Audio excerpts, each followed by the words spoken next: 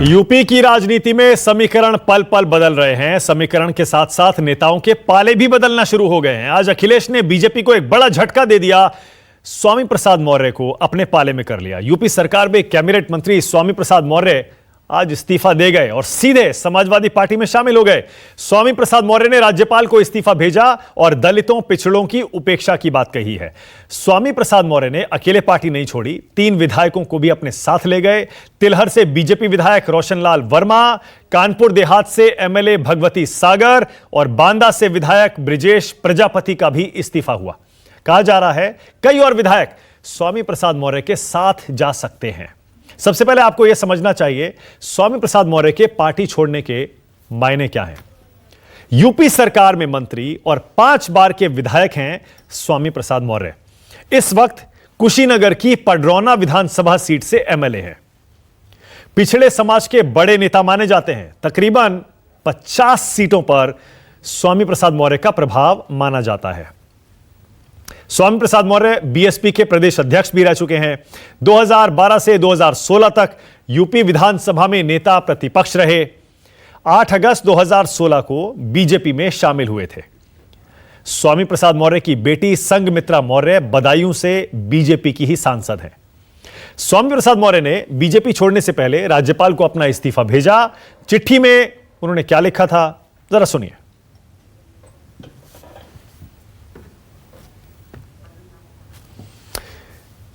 मौर्य जी लिख रहे हैं, मंत्रिमंडल में मैंने विपरीत परिस्थितियों में रहकर भी अपना दायित्व निभाया, लेकिन दलितों के प्रति उपेक्षात्मक रवैये के कारण अब मैं मंत्रिमंडल से इस्तीफा दे रहा हूं। इस्तीफे के बाद स्वामी प्रसाद मौर्य मीडिया के सामने आए और बीजेपी पर बड़े आरोप भी लगा दिए। जरा वो भी सुन लीजिए एक बार। स्वामी प्रसाद मौर्य समाजवादी पार्टी में शामिल होने के बाद क्या बोले। उत्तर प्रदेश सरकार जिस तरीके से दलितों, पिछड़ों, किसानों, बेरोजगार नौजवानों और छोटे लघु मध्यम व्यापारियों के खिलाफ कार्य कर रही है, उचित प्लेटफॉर्म पर कई बार मैंने नेताओं से कहा भी, बात अनसुनी कर दी गई। नतीजा है उचित अवसर पर मैंने मंत्रिमंडल से आज इस्तीफा देने का निर्णय लिया। केशव प्रसाद मौर्य जी के, वो हमारे छोटे भाई हैं, उत्तर प्रदेश के उप मुख्यमंत्री हैं, मैं उनका सम्मान करता हूं। इसके बावजूद उनके सलाह की मैं आवश्यकता नहीं समझता हूं। तो स्वामी प्रसाद मौर्य और उनके समर्थकों का सपा में स्वागत है, ये अखिलेश यादव ने ट्विटर पर फौरन लिख दिया। दरअसल ये तस्वीर जो आप देख रहे हैं, ये अखिलेश यादव ने ही ट्वीट की और स्वामी प्रसाद मौर्य का सपा में स्वागत किया उनके समर्थकों के साथ, और लिखा सामाजिक न्याय का इनकलाब होगा, 22 में बदलाव होगा।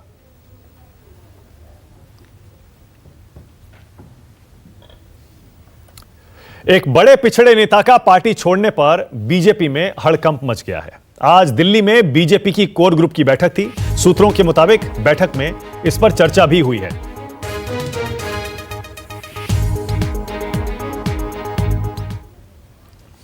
तो दिल्ली में जो बैठक चल रही थी उसमें अमित शाह ने संज्ञान लेते हुए केशव प्रसाद मौर्य को, स्वामी प्रसाद मौर्य को मनाने की जिम्मेदारी सौंपी।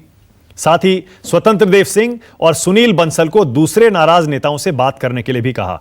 पार्टी आलाकमान के आदेश के बाद केशव प्रसाद मौर्य ने ट्वीट कर एक अपील भी की। केशव प्रसाद मौर्य ने कहा उन्हें नहीं पता किन कारणों से स्वामी प्रसाद मौर्य ने इस्तीफा दिया है। उनसे अपील है कि वो बैठकर बात करें। जल्दबाजी के फैसले अक्सर गलत हो जाते हैं। यह केशव प्रसाद मौर्य ने ट्वीट कर दिया, ट्विटर पर लिख दिया। स्वामी प्रसाद मौर्य की नाराजगी इतनी थी कि केशव प्रसाद मौर्य को उन्होंने सलाह ना देने की सलाह दे डाली। चलिए, यह तो रही अभी तक की बात। आज स्वामी प्रसाद मौर्य के बीजेपी छोड़ने और सपा में जाने की बात। आपको याद होगा अभी 1-2 दिन पहले ही सुहेलदेव भारतीय समाज पार्टी के अध्यक्ष ओम प्रकाश राजभर ने एक बयान दिया था। राजभर ने समाजवादी पार्टी के गठबंधन के बाद राजभर ने कहा था योगी सरकार के बड़े मंत्री जल्दी ही समाजवादी पार्टी में शामिल होंगे। राजभर ने कहा था बीजेपी के 150 से ज्यादा विधायक हमारे संपर्क में हैं। इस बयान ने काफी सुर्खियां बटोरी थी। सरकार के आधा दर्जन मंत्री रोज रात को मिलने आते हैं, यह भी राजभर बोले थे। राजभर ने कहा था बीजेपी में भारी नाराजगी है, बीजेपी टूट की कगार पर है। अब देखते हैं कि ओम प्रकाश राजभर की ये जो बड़े दावे थे इनमें कितनी सच्चाई है। लेकिन हां, स्वामी प्रसाद मौर्य के बीजेपी छोड़ने से आज हलचल तो मची है। एक बात तो और साफ है कि मौर्य के बीजेपी छोड़कर सपा में जाने से नुकसान तो बीजेपी को है, राष्ट्र की बात में। इसीलिए हमारा आज का सवाल, योगी के मंत्री को तोड़कर अखिलेश ने खेल कर दिया, और दूसरा, अगड़ा बनाम पिछड़ा हो गया क्या यूपी का चुनाव। राष्ट्र की बात में आज मेरे साथ समाजवादी पार्टी से सुनील साजन, बीजेपी से शहजाद पूनावाला आपकी टीवी स्क्रीन पे आ रहे हैं, कांग्रेस की तरफ से सुरेंद्र राजपूत मेरे साथ हैं, मेरे साथ संगीत रागी हैं, पॉलिटिकल एनालिस्ट हैं, दिल्ली यूनिवर्सिटी में प्रोफेसर हैं, आरएसएस के विचारक हैं। यहां स्टूडियो में मेरे सहयोगी सुकेश भी आ गए हैं मेरे साथ, और ओम प्रकाश राजभर मेरे साथ जुड़ गए हैं। आप सभी का स्वागत है। राजभर जी सुन पा रहे हैं मुझे? राजभर जी सुन पा रहे हैं? अच्छा, अभी नहीं सुन पा रहे हैं, आवाज जाएगी तो राजभर जी से बात करेंगे। शहजाद, आपका पहला रिएक्शन। शहजाद, आपको भी पता है 4 मंत्रालय जिस मंत्री को दिए हों उससे अंदाजा हो जाता है कि वो मंत्री एक सरकार, एक पार्टी के लिए कितना अहम है। अगर चुनाव से पहले इतना बड़ा मंत्री आपको छोड़कर चला जाए, उससे क्या मैसेज जाता है शहजाद? मानक जी, जो बच्चा पैदा नहीं हुआ उसका मुंडन मत करवाइए। अभी उन्होंने सिर्फ सरकार से इस्तीफा दिया है, पार्टी नहीं छोड़ी है। हमारे शीर्ष नेतृत्व ने बताया है कि हम बातचीत कर रहे हैं उनसे, और हमें नहीं पता कि किन कारणों उन्होंने इस्तीफा दिया है। केशव प्रसाद मौर्य जी और बाकी हमारे जो शीर्ष नेतृत्व की जिम्मेदारी संभालते हैं वो उनसे बात करेंगे, जो नाराज नेता हैं उनसे भी बात करेंगे।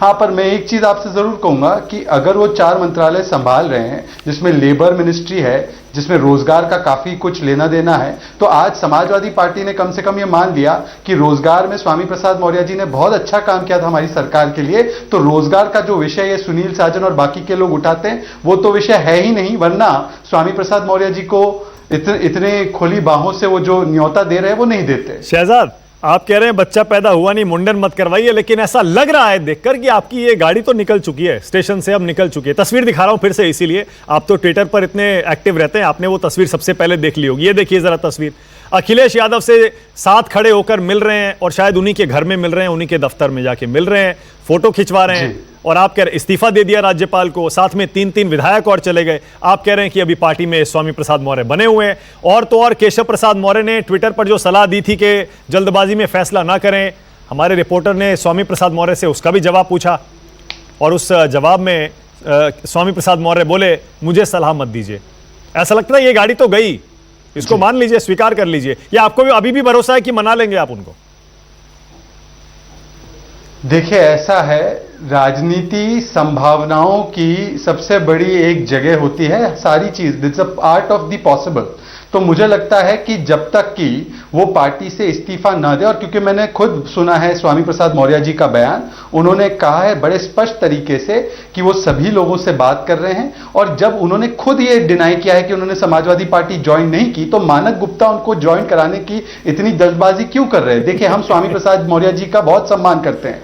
वो एक सेकेंड देखिए, उनको इतनी जिम्मेदारी दी, उन्होंने जिम्मेदारी का निर्वहन भी बहुत अच्छे तरीके से किया। और कम से कम आज इस तस्वीर से स्पष्ट हो जाता है कि समाजवादी पार्टी मानती है स्वामी प्रसाद मौर्य जी ने रोजगार के विषय में ऐतिहासिक काम हमारी सरकार के लिए किया है। तो कम से कम रोजगार के विषय पर सवाल उठाकर वो स्वामी प्रसाद मौर्य जी को किसी भी तरीके से अपमानित नहीं करेगी, पहली बात। दूसरी बात, आपके मीडिया वाले धर्म सिंह सैनी का भी नाम चला रहे हैं, मैं उनकी वीडियो और बाइट भेज देता हूं कि धर्म सिंह सैनी ने स्पष्ट तरीके से कह दिया है कि मैं कहीं नहीं जा रहा। तो ये भी कई सारी अटकलें लगती है। हमारे साथ राजभर जी भी बैठे, मैं भी उनका बहुत सम्मान करता हूं, हालांकि मैं उनसे बहुत छोटा हूं, पर राजभर जी ने जो बातें कही हैं, हमारी पार्टी टूट रही है, ये हो रहा है, वो हो रहा है, इन्होंने एक बार पर तो कहा था कि मुख्तार अंसारी को भी टिकट देंगे और ओवैसी साहब से भी गठबंधन करेंगे। तो अगर हमारी पार्टी टूटने की बात पर इतना यकीन कर रहे हैं तो ओवैसी साहब और मुख्तार अंसारी वाली बात भी तो मानेंगे। अच्छा, ओके शहजाद, एक सेकंड शहजाद, सारे सवालों के जवाब लूंगा, बहुत टाइम है मेरे पास आज।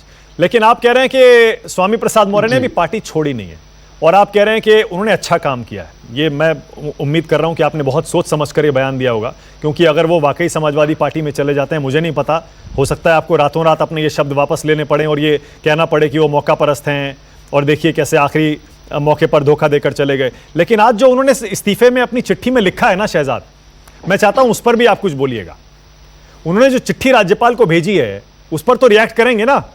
उन्होंने कहा है विपरीत विचारधारा, विपरीत परिस्थितियों के बीच मैंने अपना जो काम किया बड़ी जिम्मेदारी से किया, लेकिन दलितों की उपेक्षा हो रही है, किसानों की उपेक्षा हो रही है, नौजवानों की उपेक्षा हो रही है इस सरकार में। आरोप लगा के जा रहे हैं वो, ऐसे नहीं है कि सिर्फ मंत्रिमंडल से इस्तीफा दिया, ऐसा लग रहा है पार्टी से भी जा रहे हैं। तभी उनकी चिट्ठी पढ़िए, बहुत गंभीर आरोप उन्होंने बीजेपी पर, सरकार पर लगा दिए। इस पर आपका क्या कहना है? देखिए मैं तो उत्तर प्रदेश की सरकार में हूं नहीं, मैं तो भारतीय जनता पार्टी का राष्ट्रीय प्रवक्ता हूं। अब सरकार में कौन सी विपरीत परिस्थिति थे या नहीं थी वो तो केवल सरकार के जो उनके साथ काम करते हैं वही बता पाएंगे, तो वो उनसे बातचीत करने के बाद ही तो आपको बता पाएंगे। पर मुझे नहीं पता कि आपको इतनी जल्दबाजी क्यों है। जब स्वामी प्रसाद मौर्य आज की तारीख में अभी जो अभी शो को चल रहा है और ये 5:09 हुए वो हमारी पार्टी में है, तो आप क्यों इतनी जल्दबाजी में, जब स्वामी प्रसाद मौर्य खुद नहीं कह रहे कि हमने पार्टी छोड़ दी है? अरे मुझे क्या जल्दबाजी होगी? एक बात बताइए शहजाद, मुझे क्या, अच्छा ओके, ऑलराइट ओके, मुझे क्या मिलना है? वो बीजेपी में रहें या बसपा में जाएं वापस, या समाजवादी पार्टी में जाएं या कांग्रेस में जाएं, अब हमें क्या मिलना है? उन्होंने जो चिट्ठी लिखी है, मैं तो आप उस चिट्ठी पे सवाल पूछ रहा हूं। जो तस्वीर आई है उनकी अखिलेश के साथ में, उस पे सवाल पूछ रहा हूं। जो आरोप लगाए हैं उन्होंने, अब तो क्लियर हो जाता है, कोई शक बचता ही नहीं है। फिर भी आप इतने डिफेंसिव क्यों हैं शहजाद? आप अभी भी उनको मनाने में क्यों जुटे हुए हैं? इसका मतलब बहुत अहम कड़ी है वो आपकी सरकार और आपकी पार्टी की, स्वामी प्रसाद मौर्य। मान लीजिए इस बात को। मैं आपको बताता हूं क्योंकि मानक जी, हम जब किसी को मंत्री बनाते हैं या जो हमारी पार्टी में काम करते हैं या जो हमारे मंत्री के रूप में काम करते हैं, हमारे साथ केवल वो क्योंकि कोई वर्ग का प्रतिनिधित्व करते ये नहीं है, वो हमारे परिवार का हिस्सा है, वो हमारे साथ एक रिश्ता रहता है। तो अगर हमारे परिवार का हिस्सा है तो आपके परिवार में अगर किसी को भी कोई नाराजगी होगी तो आप क्या बात नहीं करेंगे? क्या आप सारी समस्याओं को घर के भीतर सुलझाने की कोशिश नहीं करेंगे? या आप अगले दिन से अगले घंटे से शो करना शुरू कर देंगे? लेकिन कोई तो वजह होगी ना कि उन्होंने अपनी शिकायतें, अपने कंसर्न्स, अपनी फिक्र, अपने मुद्दे पार्टी में नहीं उठाए और सीधा इस्तीफा भेज दिया। मैं दिल्ली में मीटिंग चल रही है अभी आपकी इलेक्शन कमेटी की, वहां पर टिकट्स डिसाइड हो रही हैं, कोर कमेटी की मीटिंग हो रही है, और वहां पता ही नहीं था कि अचानक स्वामी प्रसाद मौर्य इस्तीफा दे रहे हैं, और इस्तीफा देकर अखिलेश से मिल भी आए। नहीं, ये आपको किसने बताया कि उनको पता नहीं था? उनको पता था, उनको नहीं आइडिया था? देखिए, राजनीति में निरंतर चर्चाएं होती रहती हैं। कभी आपके मन में कुछ बात आती है तो आप कोई निर्णय लेते हैं, आपसे बातचीत की जाती है, वो निर्णय वापस भी हो सकते हैं, वो निर्णय आगे भी जा सकते हैं। तो मुझे लगता है कि अभी बैठकर हम आगे क्या होगा, इस बच्चे का मुंडन कब होगा, कैसे होगा, वो सारी चीजें ना तय करें। मुझे एक बात बता दीजिए कि अगर समाजवादी पार्टी इतनी कॉन्फिडेंट है तो उनको सभी जगह से नेता लेने की क्या जरूरत है? समाजवादी पार्टी तो इसका विरोध करती थी, समाजवादी पार्टी तो कहती है हमारे पास बहुत भरपूर जन समर्थन है। दूसरी बात मैं पूछना चाहता हूं कि आज मुझे बता दे, राजभर साहब तो कह रहे हैं कि ओवैसी के साथ भी गठबंधन करना है, राजभर साहब तो कह रहे हैं मुख्तार अंसारी को भी टिकट देना है, उसके भाई को तो पार्टी में ले ही लिया है। तो क्या इस प्रकार से मुख्तार अंसारी के बलबूते पर चुनाव लड़ेंगे? क्या ओवैसी के साथ निकाह कर? अच्छा ओके शहजाद, अभी बहुत टाइम है, आपकी सारे मुद्दे थोड़ी देर में, सारे मुद्दे थोड़ी देर में। सुकेश कुछ कह रहे हैं? नहीं शहजाद, मैं ये कह रहा था, मैं सुकेश बोल रहा हूं। आपको मालूम है, आप इसको पब्लिकली स्वीकार करें न करें, आपको ये मालूम है कि पिछले कुछ महीने से वो नाराज चल रहे थे। मुझे यहां तक जानकारी है कि अभी कुछ महीने पहले वो बीजेपी दफ्तर गए, बीजेपी दफ्तर में एक बड़े नेता से मिलना चाहते थे। वो चूंकि बिना समय लिए गए थे तो उनसे मुलाकात भी नहीं हुई। उसी नेता से जब उनकी मुलाकात लखनऊ में हुई तो उन्होंने कहा कि आप आते नहीं हैं दिल्ली। उन्होंने कहा दिल्ली गया था आपके पास, लेकिन समय लेके नहीं गया था, तो आपके ऑफिस से कहा गया कि नहीं मिल सकता। तो स्थिति यहां तक थी, इसकी जानकारी मुझे है, मैं जिम्मेदारी के साथ ये कह सकता हूं। और आपको भी मालूम होगा, बीजेपी के यूपी के तमाम नेताओं को मालूम है कि उन्होंने अपनी बात आला कमान तक रखी। वो जो चाहते थे वो नहीं हो पा रहा था, उनके हाथ बंधे हुए थे। आप कह रहे हैं हम जल्दबाजी में हैं, और हम उसी तरीके से जल्दबाजी में हैं जैसे जितिन प्रसाद अमित शाह से मिलने गए थे तो हमने कहा बीजेपी ज्वाइन कर रहे हैं, चूंकि उनकी तस्वीर आई थी। आज उनकी तस्वीर अखिलेश यादव के साथ आई है, तो हम ये कह रहे हैं कि उन्होंने जो चिट्ठी लिखी है और अखिलेश यादव के साथ उनकी तस्वीर आई है, वो दोनों बताते हैं कि आपका एक बड़ा नेता, जिसको बड़े कैच की तरह लेके आए थे आप 2016 में, जब वो आपकी पार्टी ज्वाइन की थी उन्होंने, तो वो बसपा के विधायक दल के नेता थे, विपक्ष के नेता थे, और तब आपकी पार्टी में आए थे। उनको एक बड़े कैच की तरह देखा गया था, और वो एक बड़े नेता हैं। वो पिछड़ों के एक बड़े नेता हैं, ये सबको मालूम है। आपको लगता है कि आपने उनके ग्रीवांस को दूर करने में वो चुस्ती नहीं दिखाई, वो त्वरित कार्रवाई नहीं की, जिसकी वजह से वो छोड़ के जा रहे हैं आपको? शहजाद। सुकेश जी, पहले तो मैं आपको बता दूं कि हमारी पार्टी ने इन तमाम वर्गों को जिनकी अनदेखी वर्षों तक की गई, और एक पार्टी कहती है कि वो उनका प्रतिनिधित्व करती है पर केवल एक कुनबे की पार्टी बन चुकी है। ये वो सरकार है जिसने 27 ओबीसी को केंद्रीय कैबिनेट में जगह दी है। ये वो सरकार है जिसने पहली बार एक ओबीसी प्रधानमंत्री को पूरा कार्यकाल का टर्न दिया है। वो प्रधानमंत्री मोदी थे। इससे पहले देवेगौड़ा ने अपना टर्न पूरा नहीं किया था, पर मोदी जी ने अपना टर्म पूरा किया और अभी दूसरी बार वो प्रधानमंत्री बने। ये वो सरकार है जिसने लगभग जितनी आबादी ओबीसी की उत्तर प्रदेश में, उतना रिप्रेजेंटेशन, प्रतिनिधित्व उत्तर प्रदेश की सरकार में भी ओबीसी को देने का काम किया है। तो पिछड़ों के बारे में या पिछड़े समाज के बारे में हमारी चिंता को लेकर आप सवाल मत उठाइए, क्योंकि हमसे नहीं, हम नहीं उठा रहे, वो उठा रहे हैं। तो उनको अपनी चिट्ठी में वो उठा रहे हैं शहजाद, हम नहीं उठा रहे। से शोषित समाज से हम तो on the face of it आपको सही मानते हैं, लेकिन सवाल वो उठा रहे हैं, आपके नेता जी। हाँ, अब जहां तक उनके सवाल है, उनके सवाल का जवाब, वो एक इतने बड़े मंत्री है, इतने बड़े हमारे नेता है, क्या मेरे जैसा प्रवक्ता उनको टीवी पर बैठकर जवाब देगा? ठीक है, ऑल राइट। मेरे शीर्ष नेतृत्व से ओके, मैं समझ गया शहजाद। नहीं, फेयर इनफ, मैं समझ गया। ओम प्रकाश राजभर जी, पहले तो आपका रिएक्शन चाह रहा हूं मैं। स्वामी प्रसाद मौर्य का समाजवादी पार्टी में जाना और चुनाव से ठीक पहले बीजेपी को छोड़ना, कितना बड़ा झटका बीजेपी के लिए और कितना बड़ा फायदा समाजवादी पार्टी के लिए, आपके लिए, क्योंकि आप भी उसी गठबंधन में हैं। राजभर जी। 2 महीना पहले मैंने बता दिया था कि 1.5 दर्जन मंत्री भाजपा छोड़ करके समाजवादी पार्टी ज्वाइन करेंगे, और अक्सर मैं बयानों में इस बात को कहता रहा। अभी सुबह भी मैंने कहा है, सुबह लगभग हमको अंदाजा कि 8 बजे मैंने कहा है, और कोई मानने को तैयार नहीं था। और सामने प्रमाण है, अभी चर्चा हो रही है माननीय स्वामी प्रसाद मौर्य जी की। 3 और इस्तीफा चले गए विधायकों के, वही अकेले नहीं, 3 और विधायकों ने इस्तीफा दे दिया। और देखते जाइएगा, 13 दिन गिनती से गिनिएगा, 13 दिन के बाद आपको पता लग जाएगा कि भारतीय जनता पार्टी से लोग एक भगदड़ सी मच गई है और लोग छोड़ के जा रहे हैं। अभी तो एक तो मना रहे हैं, दूसरा यहाँ कमरे में आके बैठ के बात कर रहा है कि हमारा टिकट हुआ फाइनल कर दीजिए, और वो चौथा मंत्री जो है बेचारा परेशान है। तो ये भारतीय जनता पार्टी ने जो पिछड़े, दलित, वंचित का जो हिस्सा लूटा है, 69,000 शिक्षक भर्ती का मामला हो, चाहे 68,500 का मामला हो, 27% रिजर्वेशन पिछड़ों का लूटा, 22.5% दलितों का लूटा, बड़ी पारदर्शिता से मुख्यमंत्री जी परीक्षा कराए थे, भर्ती कराए थे। फिर उन्होंने अपनी आईडी से ट्वीट करके कहा कि आरक्षित वर्ग के साथ जो अन्याय हुआ है हम उसको पूरा करेंगे, और 23,000 में 6,000 भर्ती दिखा रहे हैं। तो ये साबित हो गया ना कि इन्होंने हिस्सा लूटा था। और दूसरा सवाल, माननीय स्वामी प्रसाद मौर्य जी बड़े नेता हैं और उनको दबा करके रखा गया। उन्हीं का बयान हम अक्सर सुनते, सदन में भी बैठते थे। उन्होंने हमसे बहुत पहले ही बता दिया था कि ओम प्रकाश जी हम घुटन महसूस कर रहे हैं और समय आने दो, हम आपके साथ खड़े हो जाएंगे। ओके। आज वो समय आ गया। अच्छा। कि आज वो ओम प्रकाश राजभर के साथ, अखिलेश जी के साथ, माने ओम प्रकाश राजभर के साथ खड़े हो गए हैं। ये लाख मनाने वाले लोग लगते हैं, अभी एक को मनाएंगे, दूसरा रूठ जाएगा, तीसरा रूठ जाएगा, किसको मनाएंगे भाजपाई। अच्छा, उधर चर्चा ये चल रही है कि ओम प्रकाश राजभर भी अभी तय नहीं है, हो सकता है राजभर जी बीजेपी की तरफ चले जाएं, कुछ लोग खुल के कह रहे हैं ये बात आपके बारे में। अरे वो अपना घर बचावे, हमारे तरफ ना ताकि नहीं आग लग जाएगी, जल जाएंगे सब। मतलब आपका तो फाइनल है ना, आप तो अखिलेश के साथ ही रहेंगे ना राजभर जी?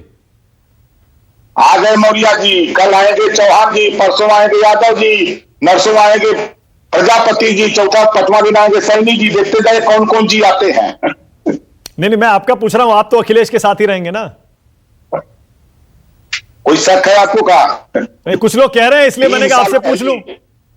3 साल पहले मैंने कह दिया हूं कि जब तक भारतीय जनता पार्टी को सत्ता से बेदखल नहीं कर दूंगा तब से चैन से नहीं बैठूंगा। अब वो टाइम आ गया है, अब सारे कार्रवाई पूरी हो रही है। कल तक लोग यही कहते थे कि ओम प्रकाश राजभर भाजपा के साथ जाएंगे। जब हमारा समझौता हो गया तब भी लोगों को नहीं विश्वास हुआ। आज हम लोग मिलकर के कार्यक्रम कर रहे हैं तो तब भी लोगों को विश्वास नहीं है। अब तो भारतीय जनता पार्टी के लोग आपस में लड़ रहे हैं। एक उदाहरण बता दूं, आप दयाशंकर सिंह और स्वाति सिंह दोनों पति पत्नी हैं और विधानसभा है सरोजनी नगर, दोनों टिकट मांग रहे हैं और दयाशंकर बेचारे हमारे यहाँ टिकट मांग रहे हैं कि भैया वहां तो हमको मिलेगा नहीं, अब चुनाव इस बार लड़ना तय है, चाहे आप अपनी पार्टी से लड़ा दो और चाहे समाजवादी पार्टी से लड़ा दो। वो बेचारे यहाँ सिफारिश कर रहे हैं। अच्छा राजभर और देख रहे हैं जी, कि- अच्छा ओके राजभर जी, आपका अखिलेश के साथ सीटों के बंटवारे पर फाइनल हो गया फॉर्मूला, या उस पर कुछ कहीं बात अभी बाकी सब है? हो गया फाइनल, सब फाइनल है? फाइनल हो गया फाइनल। हाँ, तो कुछ बता पाएंगे अभी कितनी सीटों पे आप लड़ेंगे? हमारा मोर्चा 403 सीटों पर लड़ेगा, सरकार बनेगी, हमारे मोर्चे के सभी लोग सरकार में शामिल रहेंगे। नहीं, आपकी पार्टी कितने सीटों पे लड़ेगी? बता तो दिया कि हमारा मोर्चा 403 सीटों पर लड़ेगा। मैंने अब देखिए, इसीलिए तो ये चर्चा हो रही है कि राजभर जी अभी तक अखिलेश से फॉर्मूला फाइनल कर नहीं पाए हैं, इसीलिए बीजेपी वाले कह रहे हैं देख लीजिएगा आखिर में इनको अखिलेश इनके साथ न्याय नहीं करेंगे और ये हमारे साथ ही आएंगे। वो न्याय हो चुका है, यहां न्याय नहीं। हमने आज के 27 अक्टूबर को मैंने एक नारा दिया था कि बंगाल में अगर खेला हो गए तो उत्तर प्रदेश में खदेड़ा हो गए। फिर मैंने हरदोई में रैली किया था, लाखों लोग जुटे, मैंने वह दूसरा नारा दिया कि जब तक भाजपा की विदाई नहीं तब तक कोई ढिलाई नहीं। इसके बाद भी भाजपा ही परेशान है। ओम प्रकाश राजभर डंडा लेके तैयार है और वो सोच रहे कि हमारे आएंगे। 10 मार्च को 10 बजे काउंटिंग होगी, भारतीय जनता पार्टी के लोग घर से बाहर नहीं निकलेंगे, देख लीजिएगा। ओके, और पूरे प्रदेश में अखिलेश यादव का डंका बजेगा। ओके, बस ये और बता दीजिए एक बार फिर से कौन कौन से बड़े मंत्री हैं राजभर जी बीजेपी के जो अखिलेश के साथ आने वाले हैं, पार्टी छोड़ने वाले हैं?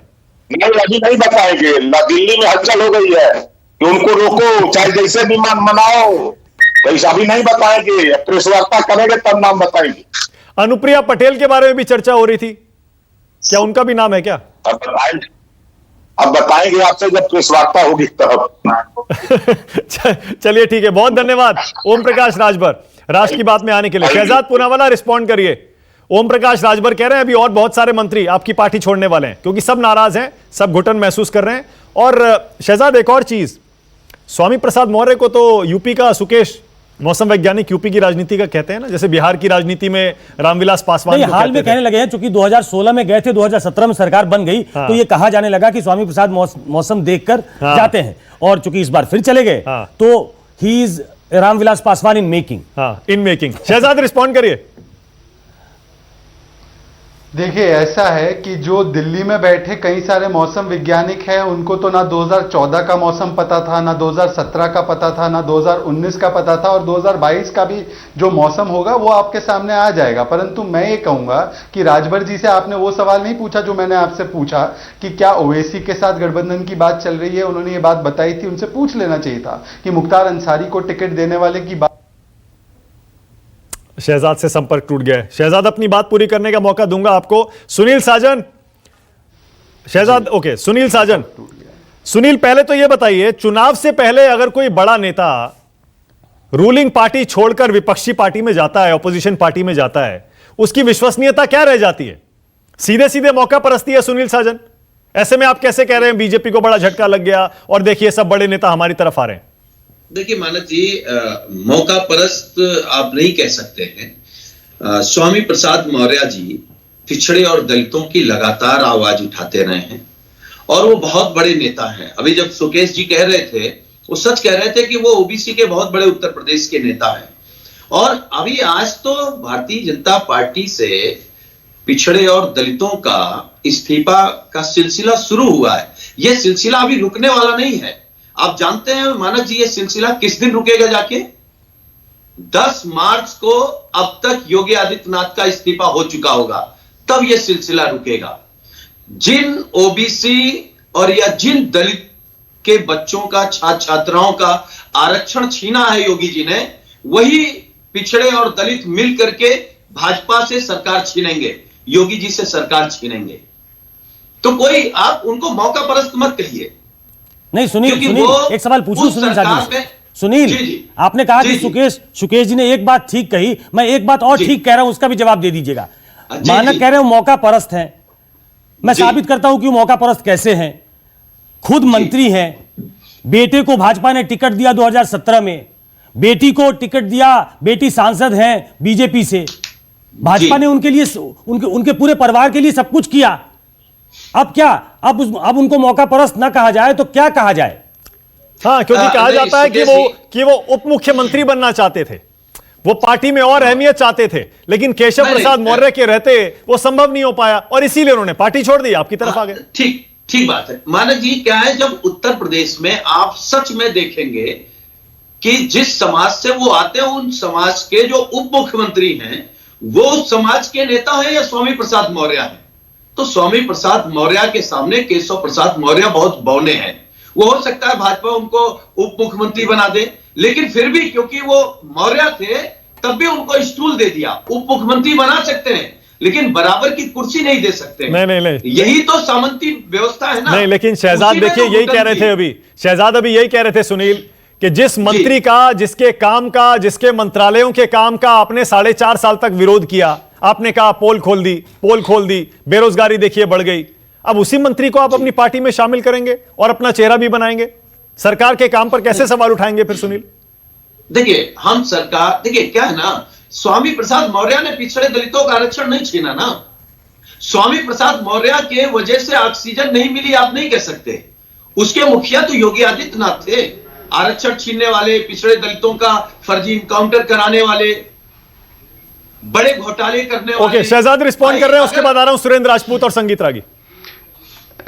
मानक जी, मैं सख्त आपत्ति करता हूं जिस प्रकार से जाति सूचक एक तरीके से हमला किया गया केशव प्रसाद मौर्य पर, कि वो एक बौने हैं, वो बौना है, उसको स्टूल की बहुत जरूरत बौने है। हैं। इस प्रकार की भाषा ओबीसी हमारे नेताओं के बारे में बात ना की जाए। ये प्रधानमंत्री को भी बार बार गालियां देते हैं, जबकि देश के सबसे पहले ओबीसी प्रधानमंत्री जिन्होंने टर्म कंप्लीट किया वो प्रधानमंत्री नरेंद्र मोदी है। मैं इस प्रकार की जाति सूचक मानसिकता और शब्दों का कतई मैं स्वीकार नहीं कर सकता। मैं अपनी सख्त आपत्ति दर्ज ओके, करता ऑल हूं राइट, जो ठीक है। समाजवादी पार्टी ने ये जाति सूचक ठीक है, हमला डन। ओके, किया है सुरेंद्र केशव राजपूत, प्रसाद संगीत मौर्य रागी। जी पे, इसको सुरेंद्र नहीं, तुरंत राजपूत, क्या withdraw अगला किया जाए। पिछड़ा हो गया ना, क्या ये चुनाव? ये एक हमारे नेता को बौना कहना, हमारे नेता को स्टूल की जरूरत है, ये इस प्रकार से जो मानसिकता दिखा रहे हैं, इसको स्टूल तुरंत किसने दी? इसको रिकॉर्ड से क्लियर करने के लिए स्टूल किसने सुनील दी? ओके, ऑल राइट सुनील, एक सेकंड लौटूंगा सेकंड राउंड के लिए। पहले फर्स्ट राउंड में सुरेंद्र राजपूत, संगीत रागी को भी मुझे मौका देना है अभी। सुरेंद्र राजपूत, संगीत रागी, पहले सुरेंद्र राजपूत।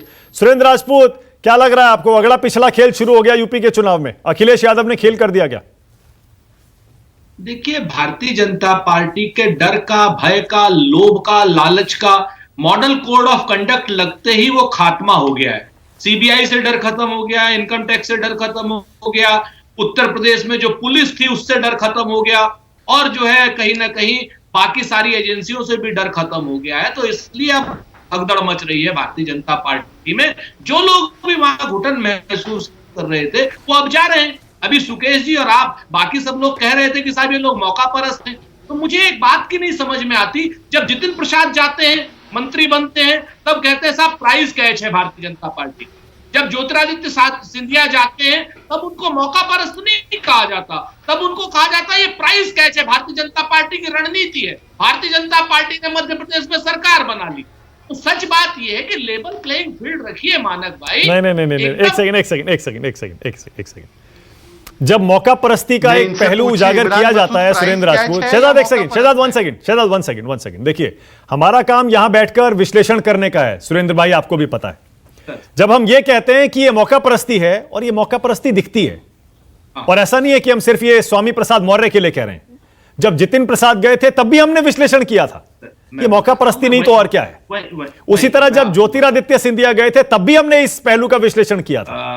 देखिए, दो पहलू हैं, जैसा मैंने कहा, एक रूलिंग पार्टी या फिर जिस पार्टी में वो जा रहे हैं उसको कितना फायदा, दूसरा पहलू जिस पार्टी को वो छोड़ के आ रहे हैं उसको कितना नुकसान, और तीसरा पहलू छोड़ने के और दूसरी पार्टी में जाने के कारण। तो जो छोड़ने के और जाने के कारण है उसमें मौका परस्ती या फिर एस्पिरेशंस, एम्बिशियस होना, वो सारी चीजें आ जाती हैं। और उसी का एक पहलू है, मान लीजिए अभी कांग्रेस से छोड़कर जो टीएमसी में लोग गए हैं उसके बारे में आप कहते हैं ना वो मौका परस्त है।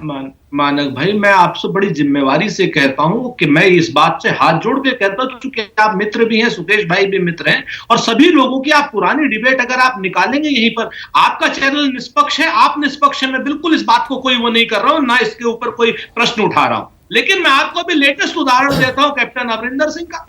जिस दिन कैप्टन अमरिंदर सिंह साहब भारतीय जनता पार्टी की तरफ झुक गए, उस दिन आप देखिए क्या क्या क्या बातें होने लगी, और उससे पहले क्या बातें हो रही थी। यही ज्योतिरादित्य सिंधिया के लिए वो यही जितने नहीं, आप गलत कंपैरिजन कर रहे हैं, गलत तुलना कर रहे हैं। कैप्टन अमरिंदर सिंह के बारे में किसी ने नहीं कहा कि बहुत बड़ा खेल हो गया, कैप्टन अमरिंदर सिंह पता नहीं क्या कर देंगे पंजाब की राजनीति में। सबने ये कहा कि उनका टाइम पूरा हो चुका है, कांग्रेस छोड़कर बीजेपी में जाएंगे या बीजेपी को सपोर्ट भी करेंगे, कुछ नहीं होने वाला पंजाब की राजनीति में, 2-4% वोट इधर उधर हो सकते हैं बस। आज मैंने तो आपसे कहा ना कि आज ये जितनी बातें, मैं तो कहता हूं ना कि आप उठाइए पुरानी बहसों।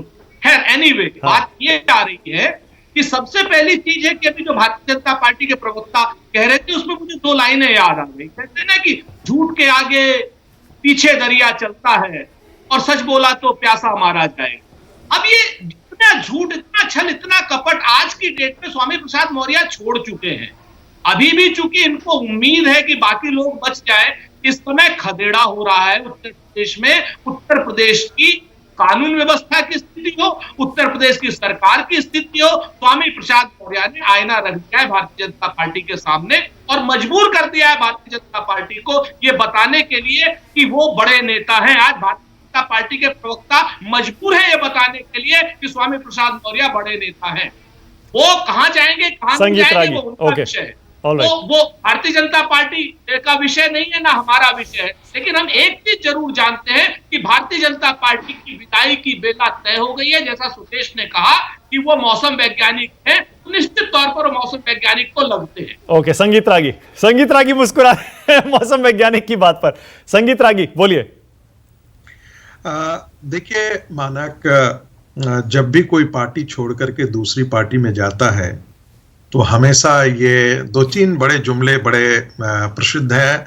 आप पत्रकारिता में हैं, हम भी इस प्लेसेस से डायरेक्ट नहीं जुड़े हुए हैं, लेकिन राजनीति का विश्लेषण करने का, पढ़ाने का एक अपना तजुर्बा है। जब वो जाता है, कोई बाहर जाता है तो कहता है कि यहाँ पर दलित पिछड़े, डेमोक्रेसी नहीं है, दलित पिछड़ों का हक मारा जा रहा है। ये सामान्य बातें हैं। जब जतिन प्रसाद जी गए थे तब भी उन्होंने नेतृत्व पर आरोप लगाया था। तो कंपेयर तो मैं नहीं करना चाहूँगा, हर की अलग स्थितियां हैं। लेकिन एक बात इसमें कोई दो राय नहीं है कि स्वामी प्रसाद मौर्य एक बड़े नेता हैं। बड़े नेता होने के कारण उत्तर प्रदेश की राजनीति में भारतीय जनता पार्टी ने 4-4 मंत्रालय किसी को सौंपा हो, बेटे को टिकट दिया हो, बच्ची को टिकट दिया हो, तो ऐसा कहना ये गलत होगा कि उनके व्यक्तिगत राजनीतिक इंटरेस्ट को या उनके पारिवारिक राजनीतिक इंटरेस्ट को भारतीय जनता पार्टी ने पैट्रोनाइज नहीं किया। जो एक मुझे सबसे बड़ा सवाल, जो बहुत गंभीर प्रश्न है, वो इस पर देखने की है कि देखिए, क्षेत्रीय पार्टियों में जातीय आधारित पार्टियां खड़ी हो रही हैं और जातीय आधारित पार्टियां कल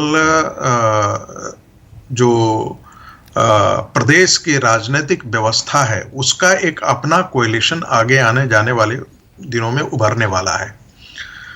और ये जातियों का कन्फेडरेशन, जातियों का कोएलिशन जो क्षेत्रीय पार्टियां थी, आप देखेंगे कि उनमें टूट हुआ है और ऐसी जगहों पर जातीय पार्टियां खड़ी हुई हैं। तो पहले रीजनल पार्टी का कोएलिशन हुआ करता था स्टेट में, अब जो है वो रीजनल पार्टी का कोएलिशन नहीं होगा। आने वाले दिनों में आप देखेंगे कि उस प्रदेश में भी जातियों का कोएलिशन होगा। पटेल की पार्टी होगी, राजभर की पार्टी होगी, किसी और की पार्टी होगी, निषाद की पार्टी होगी। तो ये एक नए राजनीतिक संस्कृति का और एक नई पार्टी का नए समीकरण का उभार हो रहा है भारतीय राजनीति में। अब ये कहना कि इनके जाने से भारतीय जनता पार्टी को बहुत लॉस होगा, ऐसा मुझे नहीं लगता था। देखिए, बंगाल का चुनाव एक हमारे सामने उदाहरण है। बंगाल के चुनाव में जब तृणमूल कांग्रेस पार्टी से जब बहुत सारे लोग निकल करके जाने लगे तो लगा कि एकाएक बंगाल में भारतीय जनता पार्टी की बाढ़ आ जाएगी। लेकिन जब आप जमीनी समीकरण देखते हैं तो हमने देखा कि निष्कर्ष वहां ठीक उल्टा निकला। तो चूंकि भारतीय जनता पार्टी का एक अपना काडर बेस है, एक अपनी विचारधारा है, और फिर एक ऐसा हिंदुत्व का एक आइडियोलॉजी है जो कई जातियों को अपने आप में समेटता है, तो कहीं ऐसा नहीं है कि एक नेता के निकल जाने से उसका पूरा का पूरा समाज उसके साथ होकर के चला जाएगा और भारतीय जनता पार्टी से हट करके। मैं समाजवादी पार्टी को यादवी पार्टी कह सकता हूं, क्योंकि मूलतः एंकर जो है उसमें वो जादव समाज का है, उन्हीं का नेतृत्व है, एक परिवार का उसमें भी नेतृत्व है। नहीं, इसीलिए तो संगीत रागी से एक बहुत बड़ा कदम, बहुत बड़ा फायदे वाला एक घटना इसको बताया जा रहा है। उससे नाराज हो जाते हैं, लेकिन मैं उसे यादवी समाजवाद बोलता हूं। नहीं, एक सेकंड, मुझे पता सुनील रिस्पॉन्ड करेंगे, आपने यादवी पार्टी कहा उसे, लेकिन इसीलिए तो कहा जा रहा है अखिलेश यादव और समाजवादी पार्टी बहुत टाइम से कोशिश कर रही थी कि यादव के अलावा ओबीसी में जो गैर यादव हैं उनको भी अपने साथ लाया जाए, और इसीलिए स्वामी प्रसाद मौर्य का समाजवादी पार्टी में जाना एक बड़ी घटना है। संगीत रागी, मैं देखिए कोई भी बड़ा नेता या कोई भी इस प्रकार का नेता यदि आपकी पार्टी से जाता हो तो यह हर पार्टी को इसका विश्लेषण करने की जरूरत होती है कि ऐसी क्या बात है कि हमने संभाल करके नहीं रखा, कहीं ना कहीं हमसे चूक हुई है, कहीं ना कहीं हमसे गलती हुई है। यह भी संभव है, लेकिन कई बार यह भी संभव है, जो दूसरा पहलू भी है, कि कई बार आदमी को लगता है कि इसे शायद हमारे हित वहां पर बेहतर मिलेंगे मुझे। कई बार ऐसा हो सकता है, उनको लगता होगा कि उनके द्वारा जो 10 लोग आए थे साथ साथ भारतीय जनता पार्टी में आए थे, उन सारे लोगों को टिकट शायद एक सवाल और, एक सवाल समाजवादी पार्टी में उनको वो टिकट संगीत रागी, एक सवाल और, अकेले स्वामी प्रसाद मौर्य सिर्फ अकेले वो नहीं है। एक सवाल और, संगीत रागी, आपने कहा ये नई एक व्यवस्था आ रही है भारत की राजनीति में जहां जातियों वाली पार्टियां खड़ी हो रही हैं, और ये आप 2022 की बात कर रहे हैं। 2022 मैं ये कह रहा हूं 2014 में आने के बाद, जब से 14 और 19 तब ये विश्लेषण किया गया, और ये सच भी था, तथ्यों पर आधारित था, कि नरेंद्र मोदी और बीजेपी ने जातियों की बहुत सारी दीवारें तोड़ दी थी। लेकिन अगर फिर से ये जातियों वाली पार्टियां खड़ी हो रही हैं, इसका संकेत क्या है? देखिए मानक, मैं तो बार बार ये कहता हूं, एक राजनीतिक विश्लेषक के तौर पर, मैं किसी संगठन के प्रवक्ता के तौर पर नहीं। जब भी आप जातियों के विमर्श में आप फंसेंगे तो हिंदुत्व का विमर्श कमजोर होगा। हिंदुत्व का जब विमर्श बड़े पैमाने पर खड़ा होगा और जातीय दीवारें टूटेंगी, तो भारतीय जनता पार्टी के लिए वो बेहतर रहेगा। न सिर्फ भारतीय जनता पार्टी के लिए बल्कि इस भारतीय राष्ट्र के लिए भी बेहतर होगा। इसीलिए पूछ रहा हूं, क्या इस बार हिंदुत्व का जो नैरेटिव था वो कमजोर हो रहा है क्या, और जातियों का नैरेटिव स्ट्रांग हो रहा है क्या? देखिए, नहीं, मुझे ऐसा नहीं लगता है मानक जी, चूंकि मेरे पास कोई आंकड़े नहीं है, इसलिए मैं ये नहीं कह सकता कि कमजोर हो गया है या बढ़ गया है। लेकिन एक चीज तो हिंदू समाज जब वोट करने जाएगा तो ये तो देखेगा ना कि राम मंदिर किसने खड़ा करवाया, काशी विश्वनाथ किसने खड़ा किया, मथुरा के लिए कौन काम कर रहा है। ये तो देखेगा ना कि जो दंगों में हिंदू मारे जाते थे उनके लिए कौन आकर के खड़ा हुआ। ये तो देखेगा ना कि मुजफ्फरनगर में जब दंगे होते थे अखिलेश प्रसाद यादव की सरकार मुसलमानों के लिए काम करती थी। ये तो देखेगा ना कि रोहिंग्या आकर के बस जाते हैं और दंगे पर दंगे, रोज दंगे, 150 दंगे हो रहे हैं, 400 प्रदेश में दंगे हो रहे हैं। ठीक है, ओके सुकेश, एक दो आंकड़े हैं। ऑलराइट सुकेश, संगीत रागी कह रहे थे कि वो उनके पास आंकड़े नहीं है, सही है, बड़ा मुश्किल होता है उस तरह से एसेस करना, लेकिन जो आंकड़े साफ हैं वो ये, यूपी में ओबीसी की एक बहुत बड़ी संख्या है, 50% से ज्यादा है, और पता नहीं अब कितनी है क्योंकि एग्जैक्ट हमें पता नहीं है। रफ आइडिया ये है कि आधी से ज्यादा आबादी ओबीसी है, और बताते हैं 40-45% उसमें गैर यादव है यूपी में। और दूसरा एक और छोटा सा आंकड़ा, मौर्य आबादी यूपी में 6% के आसपास है, और 100 सीटों पर बड़ा असर माना जाता है। इसका मतलब ये माने इस बार कि यूपी में ये मौर्य ओबीसी एक बहुत बड़ा फैक्टर होने वाला है। देखिए, Akhilesh Yadav what he intends to do, वो 2015 का जो बिहार में प्रयोग था ना, वो उसकी तरफ बढ़ चले हैं। 2015 में नरेंद्र मोदी अपने पीक पे थे, भाजपा अपने शीर्ष पे दिख रही थी, और उस वक्त लालू प्रसाद यादव और नीतीश कुमार ने हाथ मिलाया, और मुझे अच्छे से याद है, मैं लालू यादव के साथ कई सभाओं में गया था और वो ओपनली कह रहे थे। नीतीश कुमार सटल तरीके से चीज़ों को रखते हैं, लालू यादव बहुत क्रूड और बहुत कम्युनिकेटिव तरीके से चीज़ों को रखते हैं, जो जो जो अपने लोगों को बताना चाहते हैं वो सीधा सीधा बताते हैं। उन्होंने साफ कहा, वोट छोड़ के तो राज भी छोड़ के। तो अगड़े और पिछड़े का एक बड़ा डिवाइड क्रिएट किया गया वहां, और तमाम अपनी लोकप्रियता के बाद भी नरेंद्र मोदी वो किला नहीं जीत पाए। नीतीश कुमार और लालू यादव के आने से बहुत बुरी तरीके वही से जो संगीत रागी कह रहे हैं, हिंदुत्व वाला नैरेटिव वहां खड़ा नहीं हो पाया। जब ऐसा होगा, जब ऐसा होगा, और अखिलेश यादव उस दिशा में इसलिए मैं कह रहा हूं बढ़ चुके हैं कि वो तमाम ऐसी पार्टियां जिनको अपने साथ उन्होंने लिया है, वो तमाम ऐसे ओबीसी पार्टियां हैं जो एक सर्टेन वर्ग को रिप्रेजेंट करती हैं, और उनका चुनाव में एक बड़ा स्ट्रॉन्ग प्रेजेंस दिखता है। अखिलेश यादव का स्वामी प्रसाद मौर्य को लेना ये एक तरीके से एक मैसेज के तौर पे है कि आपके पास अब पिछड़ा का कोई नेता बचा नहीं है। हम एक एक करके सारे पिछड़ा नेताओं को हमने अपनी तरफ खींच लिया है। ऐसा नहीं है कि बीजेपी इस बिजनेस में नहीं है। संजय निषाद को किसी तरीके से रोका गया है वहां। संजय निषाद अभी भी हैं, राजभर को वहां रखा गया था। 2017 में उसकी जीत की एक बड़ी वजह यह बताई गई थी कि राजभर, निषाद, ये तमाम लोग साथ थे। ये तमाम लोग अब अखिलेश यादव के साथ हो गए हैं। आज की तारीख में ये वो, अगर मैं जिस शब्द का इस्तेमाल सुरेंद्र राजपूत कह रहे थे, prize catch, yes he is a prize catch. और मैं ऐसा बताऊं कि स्वामी प्रसाद मौर्य, जितना मैं जानता हूं, कि वो सिर्फ दलितों और पिछड़ों के ही नेता नहीं है। चूंकि बहुत दिनों तक उन्होंने काशीराम से लेकर तमाम लोगों के साथ काम किया है, तो पैन यूपी स्वामी प्रसाद मौर्य की अपनी प्रेजेंस है, अपना एक दखल है, और उसका लाभ अखिलेश यादव उठाना चाहते हैं। दो इस पे, एक तो मैसेजिंग के लेवल पे कि हमने एक ऐसा कुनबा, एक ऐसा रेनबो कोलिशन तैयार किया है जो बहुत पेनिट्रेट करेगा नीचे तक और एक्सपोज करेगा बीजेपी को, और दूसरा कि एक एक करके जो ऐसे लोग जुड़ रहे हैं, तो हमारी वोट की टैली जो MY कहा जाता था, उसमें अब संगीत कह रहे हैं कि वो यादव उसको लीड कर रहा है,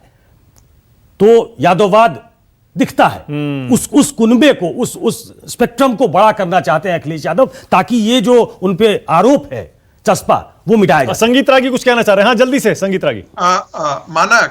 मानक देखिएगा, जातियों के विमर्श में देखिएगा, ये जो लोग समाजशास्त्र का अध्ययन करते हैं वो देखेंगे कि एक जाति दूसरे जाति के विरुद्ध भी वोटिंग करती है। एक जाति यदि आपके पक्ष में आता है तो दूसरी जाति खड़ी हो जाती है आपके पक्ष में।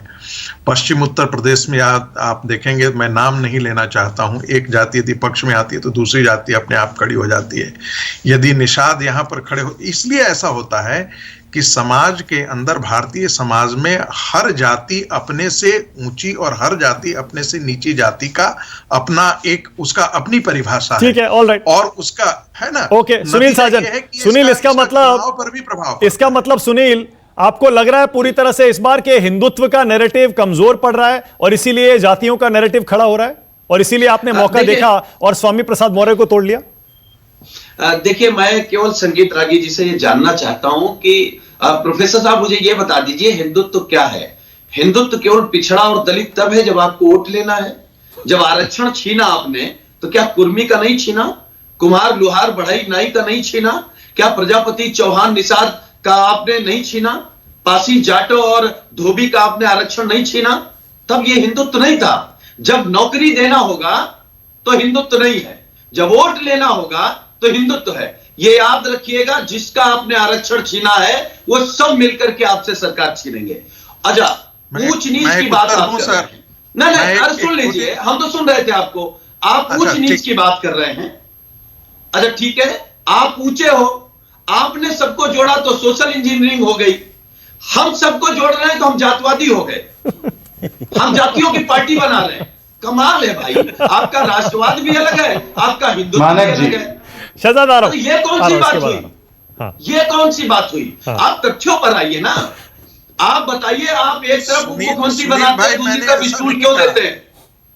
आप बताइए ना कि पिछड़े और दलितों का आरक्षण छीनने वाले आप कौन होते हैं? जिनका आरक्षण छीना है वो आपसे सरकार छीनेंगे। आप करते रहिए ज्ञान की बातें। ये ऊंच ओके, नीच शहजाद अभी भी पूनावाला, आपके संगीत दिलो संगीत इसके दिमाग बाद लौट में के है। आऊंगा। शहजाद, सोशल इंजीनियरिंग, हाँ, जैसा मैं पहले एक कह रहा सेकंड। था, ये वही सोशल इंजीनियरिंग है जो अमित शाह ने पहले की थी यूपी में। अब अगर अखिलेश वही कर रहे हैं तो उसमें दिक्कत क्या है फिर? मैं 3-4 बातें रखूंगा क्योंकि बहुत सारे सवाल थे। एक तो यह है कि अगर हिंदुत्व का नैरेटिव जैसे आप कह रहे कमजोर पड़ रहा है, तो कल तक जो रोम रोम रोम कर रहे थे वो आज राम राम राम कर रहे हैं। जो कल तक राम कार सेवकों को गोलियां चलाने का अभिमान महसूस कर रहे थे, जिन्ना महान तालिबान का गुणगान कर रहे थे, वो आज श्री कृष्ण को स्वप्न में देख रहे हैं। तो हिंदुत्व कमजोर हो रहा है या आज लोग समझ में आ रहा है कि जो आपने राजनीति इतने वर्षों तक की तुष्टिकरण की, उसके कोई टेकर्स नहीं है। अब केवल आपको भी वही बोलना पड़ेगा जो भारतीय जनता पार्टी हमेशा से कहते आ रही है कि हिंदुओं का अपमान मत कीजिए। दूसरी बात मैं पूछना चाहता हूं इनसे, देखिए हमारी जाति विकास की जाति है। ये केवल कास्ट एरिथमेटिक करके कि इसको यहां से पकड़ा दोनों को जोड़ा वोट मिल जाएगा, ये तो बबुआ और बुआ भी एक साथ आ गए थे। क्यों नहीं मिला इनको वोट? इसलिए नहीं मिला क्योंकि जब हम सोशल इंजीनियरिंग की बात करते हैं तो वो केवल कागज पर नहीं होता। आज आप एक भी आंकड़ा उठा के देख लीजिए, 2.5 करोड़ टॉयलेट बनाए हमने, वो 2.5 करोड़ टॉयलेट के लाभार्थी में सबसे ज्यादा लाभार्थी कौन है जाकर देख लीजिए। 40 लाख घर बनाए हमने, सबसे ज्यादा लाभार्थी कौन है जाकर देख लीजिए। जब 1.5 करोड़ गैस सिलेंडर दिए, सबसे ज्यादा लाभार्थी कौन है देख लीजिए। जो मुद्रा की लोन्स दी है, जो रोजगार मिला है, जो भी हमने स्कीमें चलाई है, जो गन्ना भुगतान का पैसा दिया है, जो किसानों का कर्ज माफ किया है, किसी भी स्कीम को आप उठाकर देखिए, ज्यादातर जो लाभार्थी है वो इन्हीं समाजों से आते हैं जिनके नाम पर सुनील साजन जी वोट तो जरूर लेते हैं पर करते काम कुछ नहीं है। और जब इनकी सत्ता आई थी तो क्या हुआ? केवल मुख्तार अंसारी का बोलबाला और एक छोटे से कुनबे का, इनके कुनबे का बोलबाला। अपने कहीं साले को बना दिया, अपनी भाभी को बना दिया, अपने पिता को बना दिया, अपने भाई को बना दिया। इन्होंने तो यादव समाज के लिए भी कुछ नहीं किया। आपने भी तो स्वामी प्रसाद मौर्य के बेटे को, बेटी को, 4 मंत्रालय, खुद स्वामी प्रसाद मौर्य को आपने भी तो कोशिश की। और आपके ऐसे बहुत सारे कितने नेता हैं, उनके नाम अगर गिनेंगे तो अभी देखिए समय कम पड़ जाएगा। ये आरोप बड़ा कन्वीनियंट हो जाता है कई मौकों पर।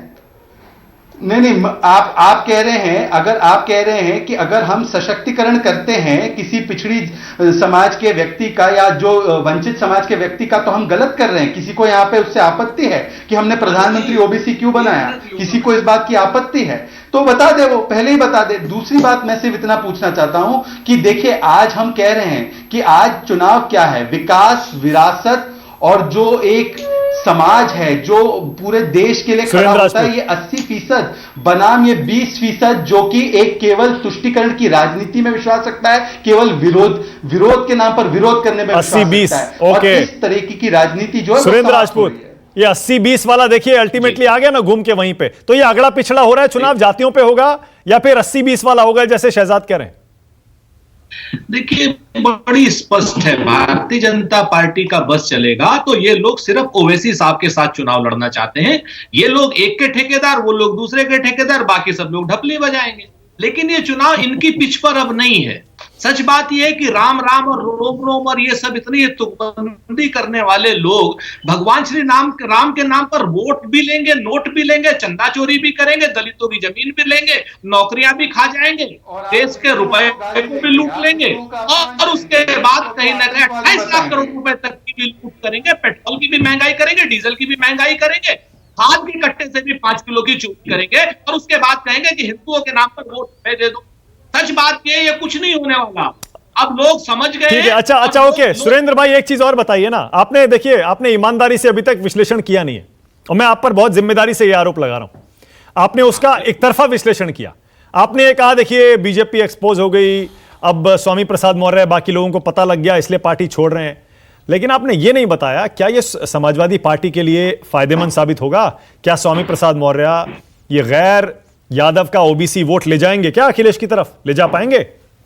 देखिए दो चीजें बड़ी स्पष्ट है मानक भाई, वोट किस तरफ जाएगा जनता तय करेगी। हम लोग श्रीमती प्रियंका गांधी जी के नेतृत्व में चुनाव लड़ रहे हैं, आधी आबादी के साथ चुनाव लड़ रहे हैं, मजदूरों के साथ चुनाव लड़ रहे हैं, किसानों के साथ चुनाव लड़ रहे हैं, नौजवानों के साथ और महिलाओं के साथ, बेरोजगारों के साथ और आपके साथ भी चुनाव लड़ रहे हैं, तमाम लोगों के साथ चुनाव लड़ रहे हैं। ये चुनाव विकास पर होगा, ये चुनाव भारतीय जनता पार्टी के विनाश के मॉडल पर नहीं होगा, भारतीय जनता पार्टी की चंदा चोरी के मॉडल पर नहीं होगा, भारतीय जनता पार्टी के किसानों के खाद की चोरी पर नहीं होगा। महंगाई पर ये चुनाव, इन लोगों की बात आ जाती है। इन सब चीजों पर ये चुनाव हुआ। ओके, शहजाद को मुझे छोटा सा मौका देना पड़ेगा। शहजाद, हाँ बोलिए, रिस्पॉन्ड करिए। हाँ, ये बार बार सुनील साजन भी आरोप लगा रहे हैं कि आपने आरक्षण छीन लिया, और सुरेंद्र राजपूत भी कह रहे हैं।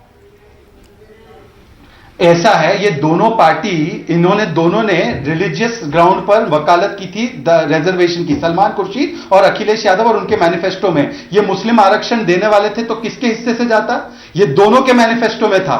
और ये कहते हैं, और जो मुस्लिम आरक्षण संविधान के खिलाफ है, ये ओबीसी से छीनकर ये मुस्लिम आरक्षण जो कि संविधान के खिलाफ है देना चाहते थे, और ये हमें बताते कि हमने आरक्षण छीना। ये लोग थे जिन्होंने षड्यंत्र रचा, केवल तुष्टीकरण की राजनीति के लिए ये मुस्लिम आरक्षण करना चाहते थे। और अगर मैं झूठ बोल रहा हूं तो क्या सलमान खुर्शीद ने इसकी अनाउंसमेंट नहीं की थी? क्या इनके 2012 के मैनिफेस्टो में नहीं था धर्म के आधार पर आरक्षण? बताइए उसको गलत पहले। ओके, सुनील साजन कुछ कह रहे हैं, बोलिए सुनील। मानक जी, मैं केवल बीजेपी के प्रवक्ता को यह बता दूं कि जैसे उत्तर प्रदेश में समाजवादी सरकार बनेगी, हमारे नेता ने कहा 3 महीने के अंदर जाति जनगणना करा लेंगे, जिसकी जितनी संख्या होगी, जितनी संगीत सोम की होगी उनको आरक्षण दे देंगे, जितनी राजपूत जी की होगी उनको दे देंगे, जितनी राजभर, मौर्य, कुमार, नाई, लोहार, यादव, मुस्लिम, जिसकी जितनी होगी उसको दे देंगे। एक तो आरक्षण पे हम दुविधा में नहीं है। जो बात योगी आदित्यनाथ जी कह रहे हैं, आप माना जी सोच सकते हैं कि जो संवैधानिक पद पर हो वो व्यक्ति ये बात कह सकता है कि 80-20 की लड़ाई है? अरे ये लड़ाई उत्तर प्रदेश में 15-85 की है। जो लोग 15-85 समझते हैं वो जान गए हैं कि लड़ाई किस दिशा में है। अब आपका कुछ नहीं बचा, सफाया होने जा रहा है। Okay, all right, okay, time भी खत्म हो रहा है। Sukesh, closing comment. और मैं चाह रहा हूं कि थोड़ा सा स्वामी प्रसाद मौर्य तो है, एक एंगल है, बीजेपी की दिल्ली में एक मीटिंग भी चल रही है जहां कुछ खबरें ऐसी आ रही हैं कि बहुत सारे सिटिंग एमएलएस के टिकट कट सकते हैं। इस स्वामी प्रसाद मौर्य और जो एमएलएस जा रहे हैं उनकी इस खबर का, इस घटना का विश्लेषण इस लाइट में भी होना चाहिए कि खबर यह आ रही थी कि कुछ एमएलएस को पता लग गया था कि हमारे टिकट कटने वाले हैं। तो स्वामी प्रसाद मौर्य के साथ जो एमएलएस जा रहे हैं या और जिनकी खबर चल रही है, हो सकता है कि उनके पास अब कोई चारा ही ना हो, और बीजेपी इसीलिए कंफर्टेबली बैठी हुई है, जाए तो जाए। अपने एक जर्नलिस्ट फ्रेंड को ट्विटर पे पाया मैंने, उसने लिखा था कि अभी जैसे कोरोना पीक पे नहीं है ना, जनवरी के लास्ट में पीक पे आएगा, वैसे ही ये पॉलिटिकल एक्सोडस जो है वो अभी पीक पे नहीं है। हाँ। वो जनवरी लास्ट में पीक पे होगा। तो बहुत सारे लोग जाएंगे जिनका टिकट कटने वाला है, और बीजेपी में बहुत सारे विधायकों का टिकट कटेगा, ऐसी बहुत दिनों से आशंका है। बहुत सारे विधायकों को इस बात की आशंका है कि उनका टिकट कट जाएगा। लेकिन politics is a game of perception. पर बीजेपी तो इस गेम में माहिर है, अक्सर बड़े बड़े चेहरों को तोड़ के लाती है और पूरे तामझाम के साथ पेश करती है कि देखिए ये आ रहे हैं बीजेपी में, ये आ रहे हैं बीजेपी में। अभी उनके टूट के जा रहे हैं ना, अभी उनके टूट के जा रहे हैं, और ऐसे नेता जा रहे हैं जो ओबीसी कास्ट को रिप्रेजेंट करते हैं।